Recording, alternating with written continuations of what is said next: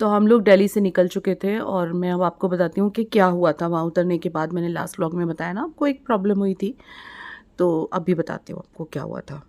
तो हम लोग पहुँचे हैं दिल्ली हज़रत निज़ामुद्दीन और वहाँ से हम लोग निकले हैं कहीं जाने के लिए, वो आपको आगे पता चलेगा। लेकिन यहाँ उतरते के साथ हमारे साथ हुआ एक स्कैम। एक्चुअली वो स्कैम नहीं था, ड्राइवर की कोई मिस्टेक नहीं है, ना ही टैक्सी जिन्होंने भेजी उनकी कोई मिस्टेक है। ये मिस्टेक हुई है GoIBBO और मेक माई ट्रिप वालों की तरफ से। इसमें हुआ यूँ, ये मैं आपको इसलिए बता रही हूँ कि आपके साथ भी हो सकता है, तो आप लोग भी इन चीज़ों का ध्यान रखें। तो आप लोग भी आगे इन चीज़ों का ध्यान रखें। एक्चुअली जब भी हम लोग कहीं ट्रैवल करते हैं तो हम उबर से टैक्सी बुक करते हैं। अगर हम लोकल घूम रहे हैं तो मैं भी जनरली लोकल जब ट्रैवल मतलब मुंबई जाके मुंबई में जब कभी जाती हूँ कहीं पे, तो मैं उबर ही हमेशा प्रेफर करती हूँ। लेकिन क्या होता है जब हम आउट ऑफ सिटी जाते हैं, जैसे अभी हम जा रहे हैं दिल्ली से कहीं और 6-7 घंटे का जर्नी है, तो फिर I always prefer GoIBBO make my trip से टैक्सी बुक करती हूँ। लोकल टैक्सी वाले भी वैसे बुक किए जा सकते हैं, लेकिन मेरे पास एज सच कोई कॉन्टैक्ट नहीं था क्योंकि मैं गुजरात से आ रही थी, तो मैंने वही बेटर समझा। क्योंकि मैं लास्ट टाइम भी जब दिल्ली विजिट की थी, आपको याद होगा मैं न्यू ईयर के दिन मम्मी के घर गई थी दिल्ली से, तो भी मैंने GoIBBO मेक माई ट्रिप से ही कैब बुक की थी। I always use GoIBBO, most trusted मुझे लगता है। लेकिन इन लोगों की एक सबसे बड़ी आपको कमी बताती हूँ, इन लोगों का मतलब यू वॉन्ट बिलीव जो मेरे साथ आज हुआ है। मैं जब अपने स्टेशन से बाहर निकली तो मेरे सामने एक टैक्सी आके जो रुकी ना, तो ड्राइवर वाज सेइंग कि आपके लिए आई है। लेकिन चूंकि GoIBBO से मैंने बुक किया था, तो मेरे पास वो लोग नंबर, ड्राइवर का नाम और जो गाड़ी हमें लेने के लिए आने वाली है उसका नंबर, जो एक गाड़ी का नंबर होता है ना, कार का नंबर, वो कुछ और था मैसेज में जो आया हुआ था। लेकिन जो बंदा आया था और जो कार आई थी वो कुछ और थी। अब आप सोचो कितना टेंशन हो जाता है। बाहर निकल रहे हैं हम, गाड़ी का नंबर दूसरा है, ड्राइवर दूसरा है, उसका नाम दूसरा है, तो थोड़ा सा डर लगता है। हम दूसरे सिटी में अनसेफ फील करते हैं। तो ऑब्वियसली मैं भी थोड़ा सा डर गई, ये भी डर गए, and I was asking 100 of questions to that driver, जबकि बेचारे की कोई मिस्टेक नहीं थी। हुआ यूँ था कि तकरीबन आधे से पौन घंटा हमारी बहस चली।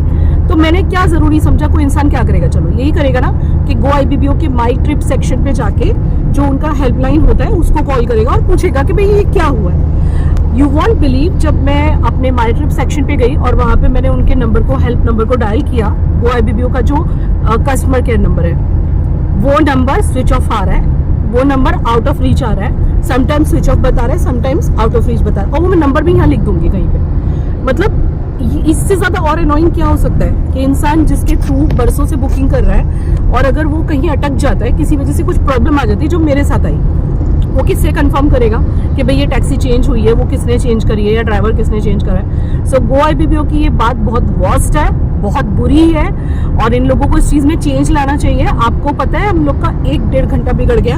हम लोग उस ड्राइवर पे भी वो डाउट कर रहे थे, हम लोग वो टैक्सी जिन्होंने भेजी थी उन पे भी डाउट कर रहे थे, ऑब्वियसली बिकॉज हम लोगों को नहीं पता है कि न्यू क्यों आया है। और हमें क्या लग रहा था कि अगर GoIBBO वालों ने चेंज करा है तो ऑब्वियसली वो मुझे एक टेक्स्ट मैसेज भेज के इन्फॉर्म करेंगे, एटलीस्ट कॉल आएगा। देन सवारी वालों का, जो सवारी करके जो ऐप है, उन लोगों का बहुत देर के बाद मेरे को कॉल आया, जो हमारी काफ़ी बहस हो गई 1-1.5 घंटा, तब उनका कॉल आया कि आपका जो ड्राइवर है और जो गाड़ी है वो अपडेट हो गई है, मतलब यानी कि चेंज हो गई है।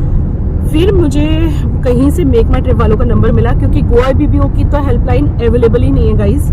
मतलब उनसे बात करना इज नेक्स्ट टू इम्पॉसिबल। ये मेरे साथ सेकेंड टाइम हो रहा है, तो ये बहुत गलत बात है। GoIBBO एक इतनी बड़ी ब्रांड है और उन्होंने ऐसे नहीं करना चाहिए कि अगर कोई कस्टमर बीच में फंस जाए या कोई ऐसी प्रॉब्लम आ जाए तो इस तरह से उनका कांटेक्ट नंबर, उनसे कांटेक्ट करना इतना मुश्किल है। ये this is very very wrong. आप लोग क्या बोलोगे इस बारे में, कमेंट सेक्शन में मुझे बताना। ठीक है, जैसे तैसे मेरा मेक माई ट्रिप से कांटेक्ट हुआ, और आपको पता होगा make my trip and GoIBBO अब दोनों सेम हो चुके हैं। तो उन्होंने मुझे असिस्ट किया, उन्होंने मुझे सॉरी बोला। आकृति करके एक लड़की थी, उसने मुझे सॉरी बोला, एंड देन उसने वो डिटेल्स अपडेट की, माफ़ी मांगी, और उन्होंने बोला कि सवारी करके जो ऐप है उनके थ्रू ये टैक्सी आई थी, तो उनके खिलाफ हम एक्शन लेंगे कि उन्होंने टाइम से आपको अपडेट क्यों नहीं किया। तो मतलब आप खुद ही सोचो कितना टेंशन हो जाता है कि आप एक नई जगह पे किसी टैक्सी में बैठ रहे हो and you are not having the detail of the taxi and taxi driver, and नाम भी अलग है, कॉन्टैक्ट नंबर भी अलग है, और गाड़ी का नंबर भी, गाड़ी भी डिफरेंट है, जबकि GoIBBO में कुछ और मुझे दिया गया था। तो this is very wrong. At least ऐसी कोई प्रॉब्लम आती है तो एटलीस्ट जो कस्टमर केयर सर्विसेज है वो तुरंत अवेलेबल होनी चाहिए। आपको क्या लगता है इस बारे में, मुझे आप कमेंट सेक्शन में ज़रूर बताना। तो ये चीज़ हमारे साथ हो गई थी। 1.5 घंटे तक हम लोग इस माथापच्ची में लगे रहे और ड्राइवर भैया भी बोल रहे थे कि भाई मैं तो आपको ही लेने आया हूँ। उन्होंने वो भी दिखाया जो उनके पास डिटेल आया हुआ था, लेकिन हमारे पास गाड़ी की डिटेल और ये सब नहीं था, तो हम नहीं बैठ रहे थे कार में क्योंकि हमें समझ में नहीं आ रही थी ना चीज़ें, इसीलिए। सो ये हुआ दिल्ली पे उतरते के साथ हमारे साथ। एंड इस चीज़ की मैंने कंप्लेंट की है मेक माई ट्रिप में भी, क्योंकि उनसे मेरी बात पॉसिबल हो गई थी। एक नंबर प्रशा ने कांस्टेंट लगाया, तो गोवा बीपी पे तो नहीं लग रहा अभी भी नंबर। मैंने ट्राई किया, मैंने इस चीज़ का भी कंप्लेंट किया कि आपके कॉन्टैक्ट नंबर क्यों नहीं लग रहे हैं। दे सेड सॉरी, उनके पास कोई और रिप्लाई नहीं होता है, सॉरी बोल दिया उन्होंने सिंपली। लेकिन जो तकलीफ उठानी पड़ी वो तो हमें उठानी पड़ी ना। Now they are talking about the compensation and all, के आपको जो भी प्रॉब्लम हुई है वील कंपनसेट यू। लेकिन देखो वो टाइम गया, वो दिमाग परेशान हो गया, टेंशन हो गई, टेंशन लेवल बढ़ा, ये सब नहीं होना चाहिए ट्रैवलिंग में। तो आपको क्या लगता है ज़रूर बताना मुझे कमेंट सेक्शन में। इसलिए हम लोग हो गए लेट, हम निकलने वाले थे 7:30 के करीब और हम वहाँ से निकले 8:30 पौने 9 बजे हम हज़रत निज़ामुद्दीन से निकले। तो हम दिल्ली पहुँच चुके हैं। घर तो नहीं जा रहे हैं इस बार, टाइम भी नहीं है बीच में क्योंकि हमारी कहीं और बुकिंग है। और वेट एंड वॉच कहाँ जा रहे हैं, थोड़े से परेशानी ज़रूर आए, लेकिन ट्रैवलिंग हमारी चालू है and all are excited to go to explore the new things which I'm gonna show you guys। तो हम लोग हमारे रास्ते पे आगे बढ़ चुके थे और हम लोग कहाँ जा रहे थे वो भी आपको पता चल ही जाएगा। तो तकरीबन यहाँ से दिल्ली से 300 या 350 किलोमीटर्स जैसा रन था और काफ़ी टाइम, मतलब काशीपुर वगैरह क्रॉस करने के बाद ये चढ़ाई शुरू हो चुकी थी। अब आप थोड़ा सा समझ ही गए होंगे और जो लोग मेरे साथ फेसबुक पे कनेक्टेड हैं उन्होंने पोस्ट वगैरह भी देख ली होगी। ब्यूटीफुल रास्ता था जाने का, इतना खूबसूरत रास्ता था कि मैं आपको क्या बताऊं। रास्ते में बंदर, लंगूर सब देखने के लिए मिले और हम लोग मस्ती भी कर रहे थे विवेक से और अभी से मजाक बना रहे थे उन लोगों की। बीच में रुक के हम लोगों ने चाय नाश्ता तो कर ही लिया हुआ था दिल्ली के पास, लेकिन ये नज़ारे तो देखने जैसे थे। और चूँकि अभी अभी बारिश वगैरह हो गई चुकी है और पहाड़ों में तो अभी भी बारिश हो रही है, तो उस हिसाब से ग्रीनरी बहुत ज़्यादा मिली हमें रास्ते में।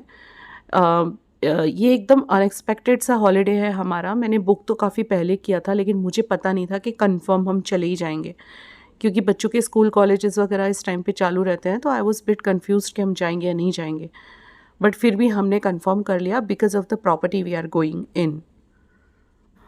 कहीं कहीं पे इतने सारे क्लाउड्स दिखाई दे रहे थे और लोग वहाँ पे रुक के ना फ़ोटो वगैरह खींच रहे थे। मौसम इतना प्यारा हो रहा था, मतलब देखो ज़्यादा बारिश में घूमने जाओ वो भी बेकार है, क्योंकि पहाड़ों में तो और ज़्यादा बारिश मिलती है, फिर इंसान बाहर नहीं घूम सकता ना, मतलब उसको रूम पे ज़्यादा रहना पड़ता है। तो हमने जो टाइम चूज़ किया वो इस टाइप का, हमने क्या चूज़ किया एक्चुअली, जब ये प्रॉपर्टी अवेलेबल थी उसी टाइम आना पड़ा। This is the perfect time और हम लोग ने एंट्री कर लिया है। अभी मैं आपको आगे बताती हूँ हम कहाँ पे आए हुए हैं। और कल जो मैंने व्लॉग डाला था ना, उसमें कुछ कमेंट्स ऐसे आए हैं, जैसे किसी ने लिखा है महीने में कितनी बार वेकेशन पे जाते हो। तो महीने में अगर हर महीने जाएंगे तो हद ही हो गई, कौन जाएगा हर महीने। हाँ, साल में 4-5 वेकेशन हमारी हो जाती है। और किसी ने ऐसा भी लिखा है कुछ तो शर्म करो, जब देखो तब घूमने निकल पड़ती हो। तो यार ये मेरी लाइफ है, इट्स माई लाइफ, मैं कुछ भी करूँ, है ना। आप अपनी लाइफ अपने तरीके से जियो। मेरी फैमिली को प्रॉब्लम नहीं है, हस्बैंड को प्रॉब्लम नहीं है, आपको क्या प्रॉब्लम है, आई डोंट केयर। आप बाकी रास्ते तो देख ही रहे हो ना कितने खूबसूरत हैं। तो अब तो आप समझ ही गए होंगे कि मैं किसी हिल स्टेशन पे आई हूँ और ये बहुत ही प्यारा हिल स्टेशन है। और लोगों ने गैस भी किया है कुछों ने, क्योंकि टैक्सी पे उत्तराखंड लिखा हुआ था। तो कुछ लोग बोल भी रहे हैं कि आप उत्तराखंड आए हो, और कुछों ने लिखा भी है कि we love your travel vlogs, love you so much dear. कुछ लोग ने ये भी लिखा है कि क्या आप राम मंदिर जा रहे हो, राम जी के दर्शन करने जा रहे हो क्या अयोध्या। तो जी नहीं, इट्स प्योरली वेकेशन। ये एक वेकेशन है और जहाँ पे हम लोग सिर्फ और सिर्फ एंजॉय करने जा रहे हैं।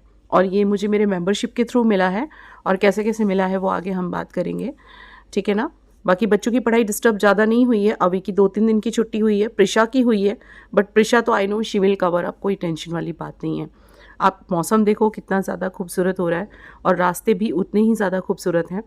ऐसे रास्ते मुझे याद नहीं है लास्ट मैंने कब देखे थे। हाँ, मनाली गई थी मैं, लेकिन मनाली के टाइम पे भी ऐसे रास्ते नहीं थे, क्योंकि तब मैं दिवाली के बाद गई थी, तब थोड़ा मौसम ना ड्राई हो जाता है। अभी जो मौसम है दैट इज़ रेनी वाला। तो देखो सामने बादल दिख रहे हैं जो कि नीचे उतरे हुए हैं और हद से ज़्यादा ग्रीनरी हो रखी है। चलो वक्त आ गया है कि मैं आपको बता दूं कि एग्जैक्टली मैं आई कहाँ पे हूँ। Wow, it's amazing, beautiful. Guys हम लोग कहाँ पहुँचे हैं पता है आपको? गैस करो अभी भी। लोग अब कंटाल जाएंगे, कितना गैस करवाओगी रुचि, कितना गैस करवाओगी। एक बहुत ब्यूटीफुल जगह पे आए हैं जो मेरे लाइफ से बहुत क्या बोलते हैं, डीपली कनेक्टेड है ये प्लेस। क्यों? क्योंकि यहाँ मेरा बॉर्न हुआ था। अब बहुत सारे लोग समझ गए होंगे, माई बर्थ प्लेस। समझे क्या? Yes, this is Nainital. मैं नैनीताल आई हूँ गाइज, एंड इट्स ब्यूटीफुल। और बारिश आ गई है, वाओ। बंद करो भाई, बंद करो। तो पहुंचने के साथ ही बारिश भी शुरू हो गई थी, और ये डेट है 30 अगस्त। जब का ये व्लॉग है 30 अगस्त का है, और 30 अगस्त के आपको 3 व्लॉग मिलेंगे, क्योंकि इतनी सुंदर जगह थी कि मैं काफ़ी सारा शूटिंग किया है, ताकि आपको डिटेल में हर चीज़ दिखा सकूं, रिजॉर्ट से लेके सिटी तक, मॉल रोड, एवरीथिंग। सो इसी वजह से मैंने काफ़ी शूटिंग किया है। अब तो आपको पता चल ही गया है मैं कहाँ पे आई हूँ। मैंने ना इससे पहले इतने ऊंचे रास्ते अगर देखे हैं तो मसूरी, शिमला, हाँ मनाली में भी ऊंचे रास्ते हैं, लेकिन मनाली में चूंकि मैं ड्राई वेदर में गई थी इतना महसूस नहीं हो रहा था। रोड्स भी थोड़ी चौड़ी हैं। यहाँ के रोड्स नैनीताल के थोड़े से श्रिंक हैं, पतले हैं। चलिए व्लॉग लाइक कर दीजिएगा।